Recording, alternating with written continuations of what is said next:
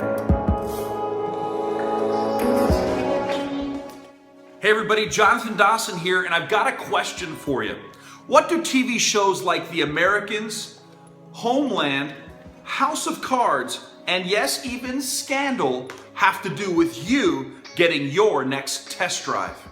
Stay tuned, because in this video, I'm going to show you the psychology of suspense and how you can use it with your next customer to get them to want to go for the drive.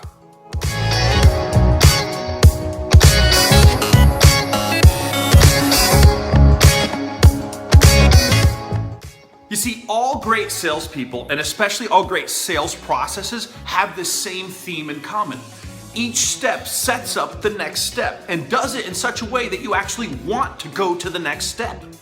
A great salesperson takes the customer through the greeting, the investigative process, the selection and presentation of the vehicle in such a way that the demonstration drive is something they actually anticipate. Just like a great TV show, the previous episode keeps you on a cliffhanger, waiting next week to see what happens. While you're with your customer and you've done the dynamic presentation that's personalized to them based on their wants and needs and tailored to their interests, when you end that presentation, if you do so properly, they'll eagerly await the next step, the demo drive.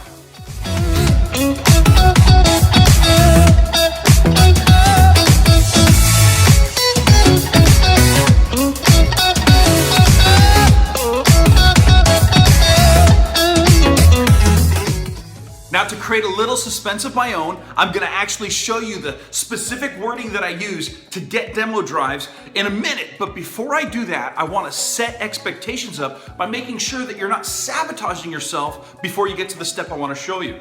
So the first thing I got to do is step back one step previous, one episode prior. And in this episode called the presentation of the vehicle, I want to make sure that you never actually ask the customer if they want to drive the car.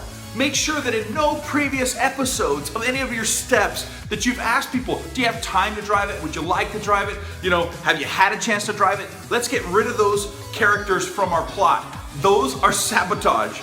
The other thing I want to share with you is that when you do a presentation properly, which I'll be showing you at the Sellchology sales seminar coming up in December, when you do that presentation properly, you're going to end the presentation with you in the driver's seat and your client in the passenger seat. If your walk around does not end that way, you're sabotaging your script. So with me in the driver's seat and my customer in the passenger seat, I like to ask this question here. Now, the car should be running. The doors are closed, the hood is closed, the trunk is closed, we've walked around the car. We're now sitting in a running car. I'm describing the center console stack to the client.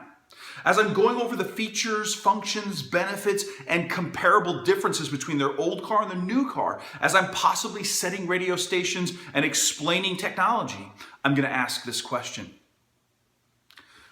Let me ask you, Mr. Jones, do you actually know what the number one reason is why people buy this car if they do in fact buy this car?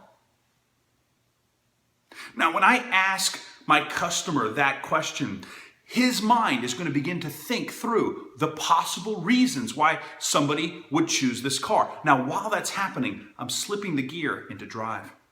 We begin to roll through the parking lot as he's thinking of the answer.